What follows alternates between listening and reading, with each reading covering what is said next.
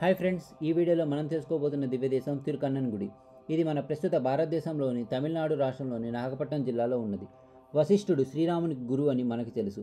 ఆయన భగవంతుని అవతారాలన్నీ తెలిసిన మహనీయుడు.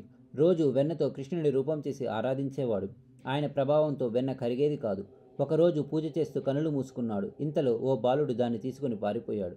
కళ్ళు తెరిచి ఆ బాలుని పట్టుకోవడానికి బయట వనంలో పరిగెత్తాడు. అది చూసి అక్కడి ఋషులు ఆ బాలుని పట్టి పక్కనే ఉన్న పొగడ చెట్టు కట్టేశారు. ఆ కట్టించుకున్న చోటే కన్నన్ గుడి అయింది. అందరూ ఆ బాలుణ్ణి పరతత్వమైన కృష్ణుడిగా గుర్తించి అదే రూపంలో అర్చామూర్తిగా దర్శనమిస్తూ ఉండమని ప్రార్థిస్తే దామోదర నారాయణుడనే పేర ఆరాధనలు అందుకుంటున్నాడు. అందుకే ఇది పంచకృష్ణారణ్య క్షేత్రాల్లో రెండవది.